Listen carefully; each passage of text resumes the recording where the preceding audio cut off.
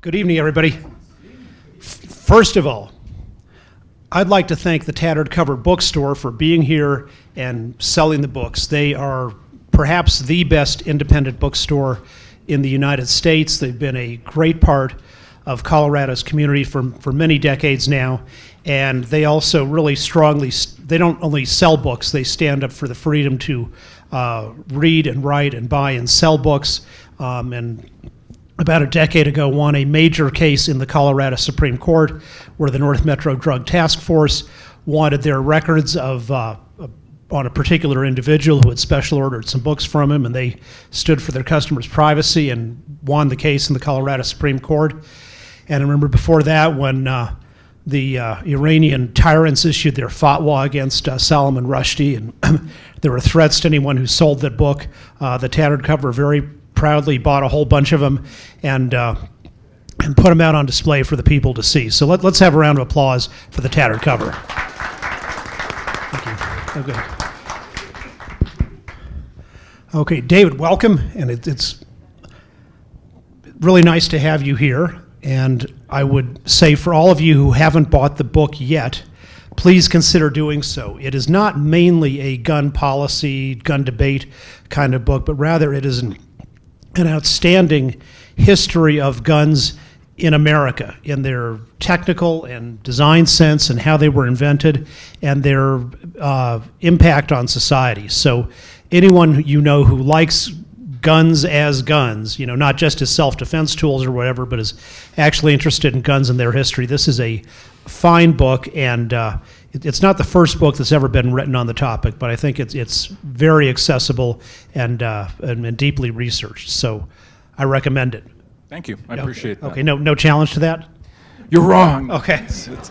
All right, so, as reading this book and, all of the, lots of, it's not over the head of the average reader, but it certainly reflects a wealth of knowledge about technical design of guns and things like that. That's not the whole thing, but that's certainly in there. And my first question is just, I remember at an alcohol, tobacco, and firearms party over a decade ago, you were new at the Denver Post, and you came out, and you and I were in the same shooting group at the Kiowa Creek Gun Club, and I think you said that was the first time you'd ever pulled the trigger on a gun. Yes. And so, for a first-timer with a shotgun doing sporting clays, you were fine, but how did you go from the guy who was pulling the trigger for the first time into this guy who's learning all about gun history and design? Well, it's funny. I'd always been philosophically a Second Amendment guy. I was very interested in the ideology behind it, in self-defense as a libertarian, all of those things. But I knew very little about gun culture itself. And until I came out to Colorado, and until that day, I had never really touched a gun. The only experience I had with a gun was when it was pointed at me. Growing up in New York, my dad's store had been robbed. Yeah. So that was not a pleasant experience. Right. Yeah. But that shooting skeet was a pleasant experience, and it was invigorating. And I think a lot of people, when they first get their hands on a gun, and pick one up and shoot one, they probably would view it very differently than someone who has no experience with it. From that moment on, I became more and more interested in guns.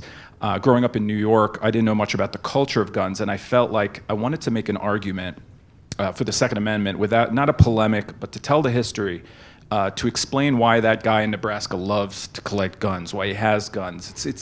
It's sort of in a way like people love cars, but it has a philosophical sort of veneer on it as well, and it's about freedom and all those things. So I think by explaining the continuum and why it's a generational thing and where it came from and where the ideas came from and where the technical aspects of the gun came from, I could make the case for why we are where we are and why Americans are different when it comes to firearms.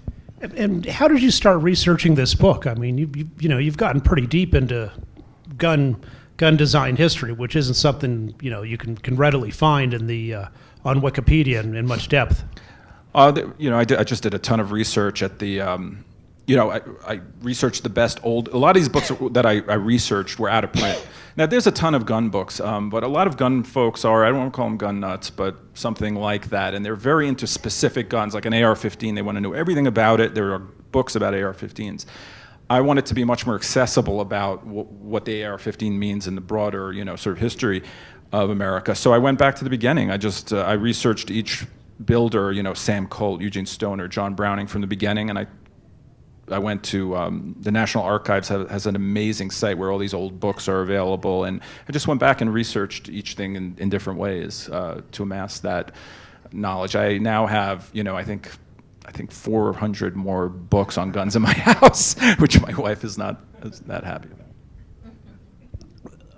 Putting aside your book, what would you say is one of the best books ever written on the history of guns? I just quickly want to say that I came to this idea looking for that book, right? I wanted something more accessible than that was available. But I thought American Rifle, it's a pretty old, not an old book. I don't know if you know that book. I forgot the author's name. I think Rose is his last name. It was an excellent book. Yes. Yeah. Alexander Rose. Alexander Rose was a really well done book. I enjoyed reading the old books. I enjoyed, now I'm forgetting the authors, but there's a book about the Kentucky Rifle. I think it was written in the early 20th century. I'm not sure if you know. Yeah, Captain Dillon. Right? Yes. That That book was a lot of fun. The way that they romanticize guns, people would be horrified today if they read that. And also, I don't know that his history was exactly correct, but I think in the 19th century, in many ways we romanticized guns, especially the Kentucky Rifle, in ways that wasn't used. But those aren't books I enjoyed. The older stuff I enjoyed more. Yeah. So let's talk about that. Tell the audience, like, what is the Kentucky Rifle, and how come it's called that, even though it wasn't made in Kentucky? Well, Germans. It was built. We don't know exactly who invented the Kentucky Rifle, and there probably was not one person who did it. But when many Germans came over in the 1600s, and they settled in places like Lancaster, Pennsylvania, and anything west of Lancaster, Pennsylvania, to them was Kentucky. It's actually called the Pennsylvania Long Rifle as well. But they took German engineering, the rifling of the gun. Muskets were smoothbore guns, and the Kentucky Rifle was not the first, but one of the first in America of a rifled. A rifle, and it could shoot. So a musket shot, I think, 50 yards with not much aim, but the Kentucky Rifle can shoot probably 250 yards with some aim. So it changed the way people thought about warfare, because the Americans used it as sniper rifles, basically, in some battles. Though history has since exaggerated its role in that war. It's very hard to implement for a number of reasons. They were still using black powder, so there'd be a big puff of smoke after you shot it, and they would immediately come and find you and bayonet you to death. So it wasn't as practical as we think, but as a weapon to take west for hunting and for self-defense, it was a real jump in innovation. It was a very American rifle. I mean, a very American invention, because it took European engineering and sort of transformed it into something that Americans needed. It's sort of ironic that because William Penn, one of the great American founders, at least he personally was a pacifist, but he believed in religious liberty. So that's where these German and Swiss gun makers went, was to Pennsylvania, because they could be religiously free. And so William Penn, in a way, is an important father of our American gun culture. Yeah, I mentioned that in the book, and I do wonder if these people struggled with their consciences as they were building these awesome guns. In Lancaster, Pennsylvania, I think in 1802, I forget what year it was, there were like dozens of blacksmiths and gunsmiths in that town, until the armories opened in Springfield and in Harper's Ferry. Lancaster was the sort of headquarters of gun making and innovation in America. So tell us about Springfield. What did that mean for the country? Well, Springfield was because it geographically was in the right place.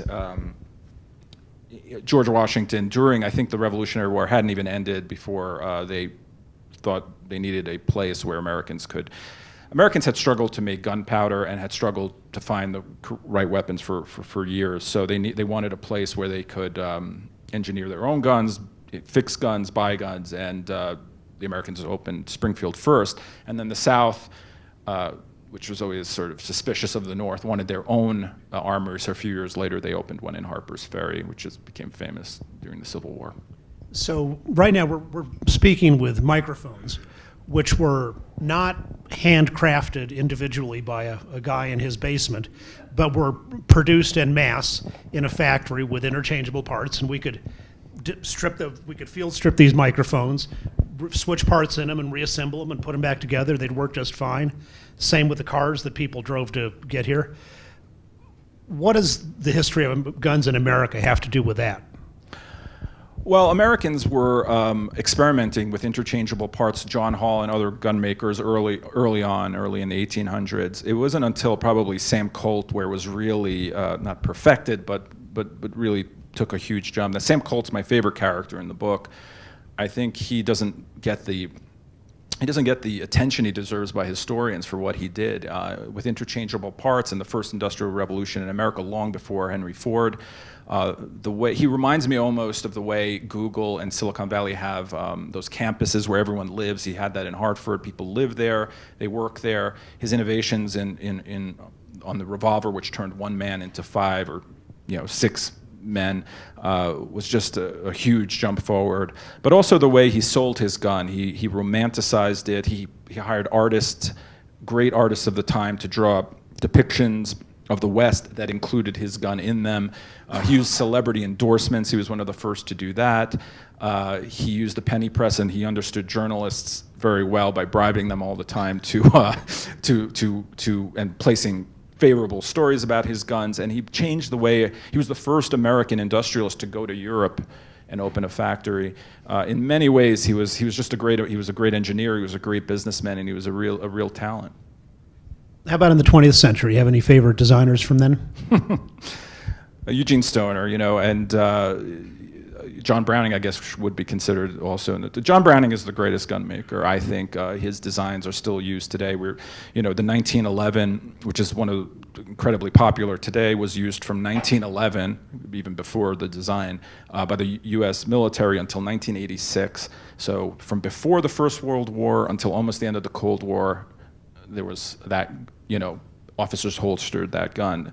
And obviously it's incredibly popular today. So he's my favorite gun maker, and just so many great designs. Have you been to the John Browning Museum in Ogden, Utah? No. I highly recommend it to you and to the audience if you're ever out in Ogden. If I'm ever up that way, I will definitely go. So the NRA, have you ever been to the NRA Museum? Oh, yeah, you bet. Yeah, and that's an awesome place as well. They have a John Browning area. And too, yeah. There's one at the NRA headquarters in Fairfax, Virginia, and another one in Springfield, Missouri, at the Bass Pro Shops. Yeah. You've been to both? I have not been to the one in Missouri. You can go on the way to Ogden next time. This is quite the drive. So tell us about Eugene Stoner. I just want to mention all these designers were self-taught engineers, tinkerers, very American sort of people who taught themselves how to build these guns and came up with great ideas. And Eugene Stoner is probably and he I think he was I think it was in the Air Force, and he had designed some weird-looking gun that included some sort of durable plastics, and he was shooting it at an LA. At least this is the legend. He was shooting it at an LA range, and some folks who saw him, asked him about the gun, and one thing leads to another, and he is basically running the company. He designed the AR-15 and so on, and then the M16, which is, I think, the most popular rifle today, probably. People love it. It was, despite what you may hear, it was first sold in the civilian market, not the military market, though obviously all these folks I'm talking about wanted military contracts because they're the most lucrative. But the AR-15 that he invented made him rich. In my chapter, I sort of juxtapose his life to Kalashnikov, who lived around the same time and whose guns were always compared to each other. And someone had this great line that Kalashnikov said when the Cold War had ended, that he couldn't even afford a plane ticket to come visit Eugene Stoner, but Eugene Stoner had his own plane. And so Glenn Reynolds said, it's like the perfect encapsulation of how capitalism wins, Yeah. And because a lot of people think the Kalashnikov's a better gun. Certainly for durability and reliability, right. Not so much for accuracy, as you point out. So tell us about the relationship you mentioned this between military design and civilian design. And some people think those are just two separate buckets. Well, I have to say, initially, there wasn't much difference, right? People grabbed their gun. I mean, there were military guns, and people in militias would grab their own personal muskets most of the time. And Sam Colt would take his gun that he sold to civilians and take it to officers and try to sell it directly to them, circumventing, the government. But obviously now there's a difference in that, civilians can have fully automatic. I mean, some can, but it's very hard to get a fully automatic weapon. So, and usually they're more durable and are more powerful, no matter what, even if they look similar. So that's people look at the aesthetics of a gun and they get, they think it's a military weapon, but AR-15 is not a military weapon, M16 is. But it is interesting, I'll just mention that the Tommy gun, for instance, was meant to be a military gun, and then when World War I ended and they found other uses for it, and some criminal organizations found some uses for it, though we exaggerate their role in that as well. That criminality, as you know a lot about, started to lead to federal laws in guns. So people, though they were always, I wouldn't say pro-gun, I don't think they thought about it that way, I just thought they thought it was a part of their lives. They started to think a little differently about things when military-grade weapons, when they really started to become powerful, started to fall into criminals' hands, civilian hands. They start to think a little differently about laws. So what's your favorite gun these days? And 1911 I love. But I love talking about all of them. I did a event at this massive gun place in Centennial, which I can't believe exists, being from Maryland, and it's like a Costco for guns. And they brought out all the guns that I did a top 5 guns in America list on the Federalist where I work, and because if you number things, more people come in and click on it. And they had all the guns there. So it was like the Kentucky rifle, I forget the 1911. I forgot what other guns I had on that list. Oh, what was it? Yeah, the Garand, which is another important gun. Won World War II. Absolutely. Yeah. So tell us about the Federalist. I remember, I think like Madison and Hamilton started that. I didn't know it was still going. It's like a Springfield Armory now. It's not actually the Springfield Armory. They just bought the name. But yeah, so the Federalist is well, we believe in federalism, and it was started by myself, Molly Hemingway, Ben Dominic, and Sean Davis in 2013, and we started out really small, and now we have a staff of 20, and or maybe not 20, but somewhere close there with tons of writers, and we do pretty well. It's been weird since Donald Trump won. I'd say it's caused some internal debate, and we like that, but I think we've a lot of conservative sites struggle, and we haven't struggled very as far as readership goes. I can't think of any media outlet that has gone from zero to as big as you are that fast. We didn't expect it. Yeah, it was. I think our idea was that everyone always sort of puts things in their own buckets, right? Culture, guns, policy, of whatever policy. But we thought that we don't talk enough about culture, and we separate it from politics too easily, that we should talk about it in the way that the left talks about it.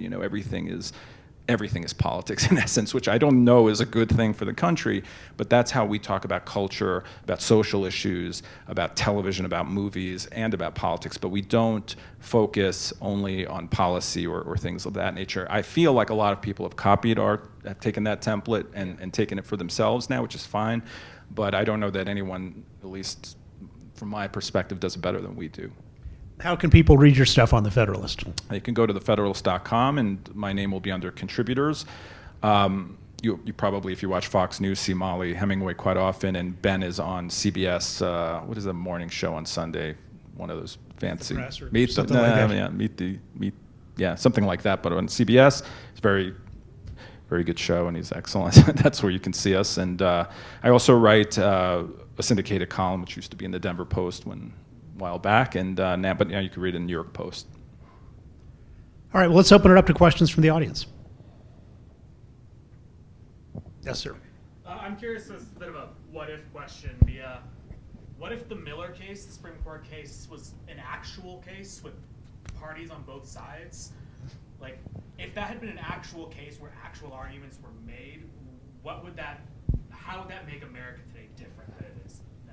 So I'm going to give that to him, but I will say that I was very surprised researching it that no one even showed up to argue that case, right? Is that correct? Yes. So, The government did. yeah, the government did. And it also seems to me, and I'm not sure this is 100% correct, that the government basically set up the case, made sure that it was going to go up to the Supreme Court and that they would find the way they did.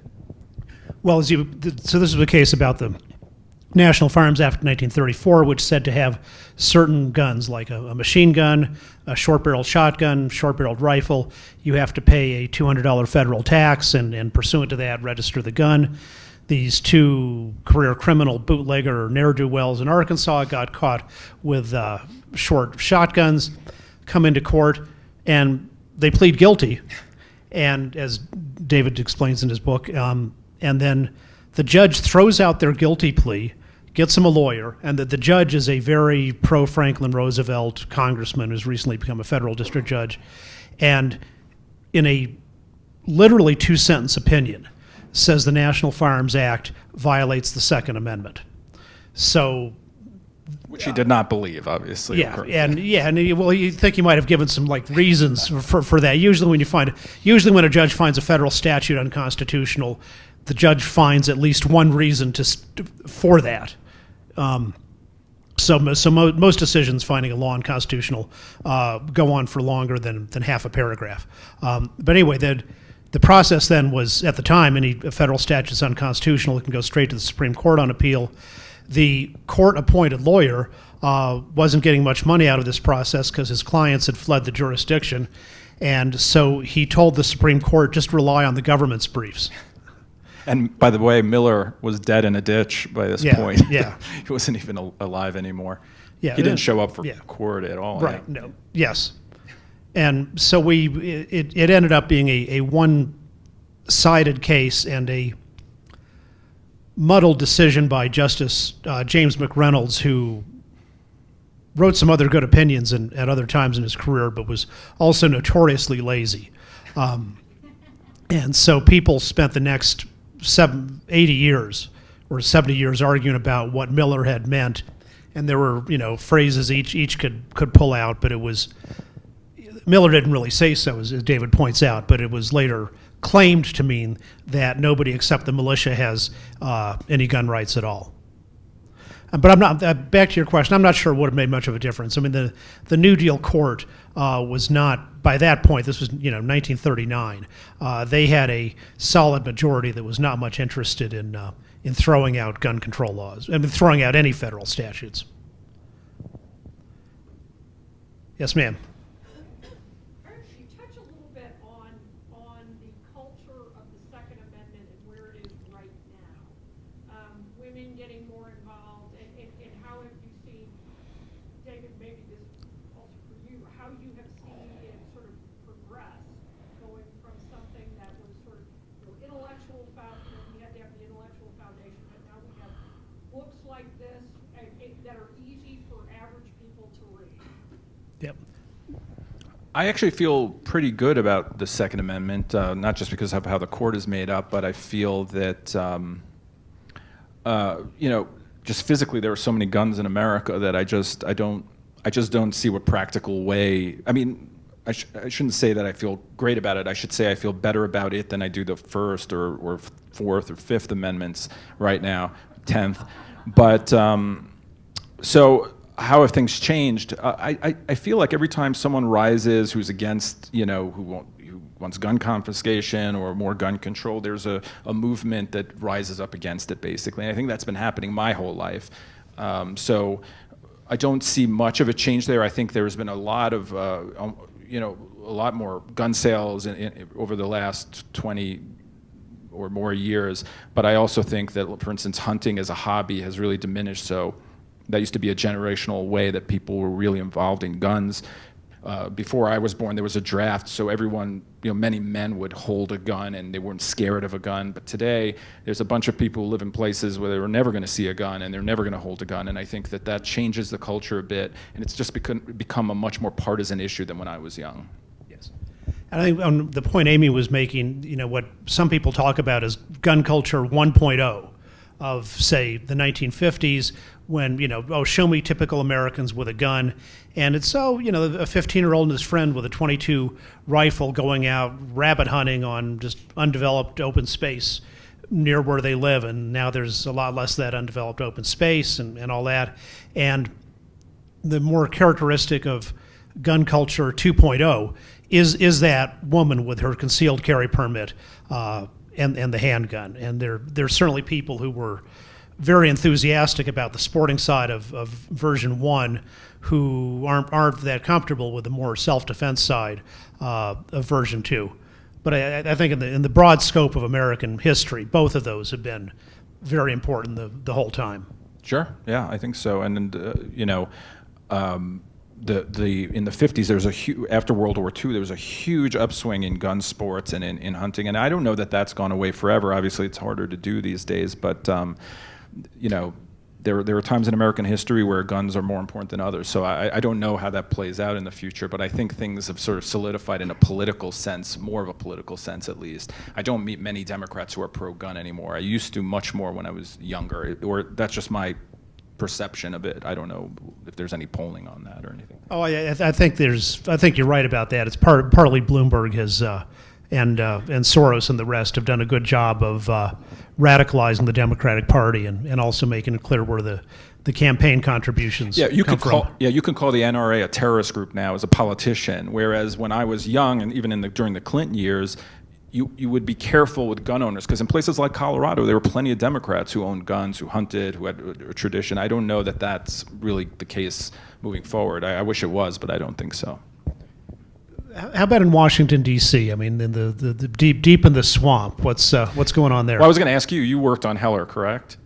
Yes, okay. I was one of part of the oral argument team. Yeah, nothing changed, right? For the average person, it doesn't seem like in Maryland, it's so hard to get a gun. It feels like to me that it should be unconstitutional. Like nothing's really changed for most people. What do you? Is that how you feel? I would agree that the Maryland laws go too far, and Independence Institute filed an amicus brief in a case that's currently in the federal district court in Maryland on some of the, not against the principle of gun licensing, but on some of the excessive requirements they have in that. When you said Washington, you meant like the political Washington, not actual district living, right? I jumped to the wrong conclusion. Do you live in the district? I live right outside of Maryland, yeah. Are you close to the metro? I am close, too close. How often does it work? When it's not on fire, it works fine. But DC itself, I mean, as a political matter, I don't see any kind. There are enough Republicans that nothing's going to happen. I'm not too worried about nothing. It's just gridlock on everything. I think guns are just part of that gridlock. I'm not too concerned about that either. But I have to say, in California, for instance, and in Maryland, I am a bit concerned about some of the laws, the red line. There are laws that I think attack not just the Second Amendment, but other amendments as well. Actually, there's that law now in New York where, I forgot where this was, where they wanted to look at your social media, was it? That is a proposal. When you apply for a gun license, you get permission for 3 years of social history. So they're looking for other ways to sort of inhibit people from owning guns through ammunition, through making it difficult for them to get a gun. And only the Second Amendment is treated that way openly. So that does concern me on a state level. Clearly, there's some people who support gun control who just sincerely think it's good for public safety. Do you find any other motivations going on? I think that there are many people in D.C. and New York where I grew up, and elsewhere as well, here in Denver, I'm sure, who just think that troglodytes carry around guns, right? I mean, they view it as something antiquated. They offer the argument, when the founders wrote the Bill of Rights, they were talking about muskets that shot once every minute. Of course, they would never say that about the First Amendment and say the internet shouldn't be protected because we need to write on parchment paper, but and also the founders were pretty smart guys. Madison was pretty smart. They were all pretty smart, and they all understood that there was technology and that things were going to improve. In fact, within their own lifetimes, they saw the improvements in guns and firearms. So, talk a little bit about that. What they saw, first of all, they saw the Kentucky rifle. They understood that from 50 yards now you could shoot 300 yards, and they spoke about that. In fact, when the revolution started, they had very big plans for the Kentucky rifle. Some of the founders, they thought it was going to change, that it was going to be a massive change in warfare and that it would help them beat the British. Help them a little, not as much for various reasons, but they also saw guns like the air gun, which Lewis and Clark took on their expedition, which could shoot, I forget the exact numbers, but something like 70. 21 or 22, depending on caliber. Oh, how many shots? How many shots? Yeah. So you'd pump it with air, and it'd create this immense pressure, and it was essentially an automatic weapon, right? So Well, one shot per trigger pull, so a semi-auto. oh, semi-automatic, but you could shoot for a long time compared to the musket, which took you almost a minute probably to reload if you were really good. So. They understood that there was technology. They understood that things would become more powerful, and they wanted the people to have the power to withstand tyranny. And sometimes that tyranny came from their own government, which is an idea that the left doesn't like at all. And when they hear it, they mock it. But that is a big part of the idea of the Second Amendment. It's something that goes further back than freedom of religion or freedom of free speech. The ability to protect yourself, your family, and your property. Could you please explain why Donald Trump is basically the same as Hitler, and also people shouldn't be able to have guns because, like, the idea of tyranny in America is just ridiculous? It doesn't make sense. It doesn't make sense, and I can't explain why people who are so scared of this tyranny that's supposedly falling on us want to continue to give more power to the government on any level. So it makes no sense to me. Makes no sense. I can't explain it. It's just stupid. More questions? Yes, sir. I've been seeing things pop up on the internet about what's going on in Boulder County, and they talk about gun confiscation coming and things like that. Is there a backstory, or is this just like clickbait? Boulder enacted a very draconian law, which is currently being challenged in two parallel court cases. One in state district court by the Colorado State Shooting Association, and another one going on in federal district court, which is not an Independence Institute case, but John Caldera, a Boulder resident, is one of the plaintiffs of that. Not surprised. Any more questions? Limericks?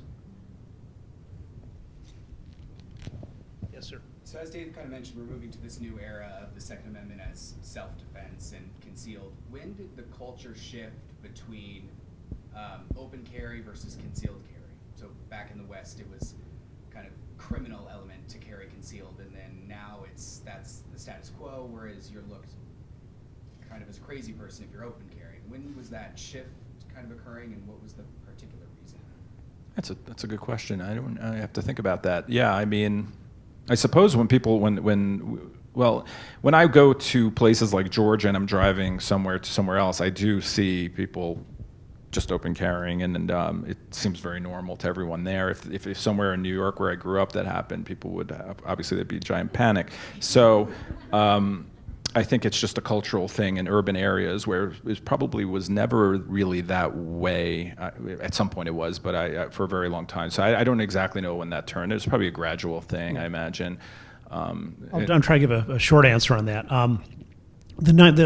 As the Supreme Court cited in the Heller cases, there are a lot of 19th century court cases which uphold state laws against concealed carry, because the view is, of course, open carry is your right, and that's a reasonable thing to do. But concealed carry is more like, are you trying to sneak up on somebody or ambush them or something like that? And so that's very much the standard 19th century view. By the early 20th century, we have lots of in the 20s and 30s and 40s licensing laws for concealed carry, which basically were, in most cases, just highly discretionary. So if you were a friend of the police chief, you could get a permit, or a campaign contributor, or maybe if you were a diamond merchant, but not an ordinary person. And then the open carry didn't go out of style everywhere. I remember being in Arizona in like 1991, which is before they got their concealed carry statute enacted, and Arizona was one of the more than half of the states still where permitless open carry is completely legal, but you don't do it that much in some places. But in Arizona, you did, and I was walking past a cop at a Phoenix traffic light with a Colt 45 on my belt holster, and it was just the most normal thing in the world. Everyone was polite. Yes.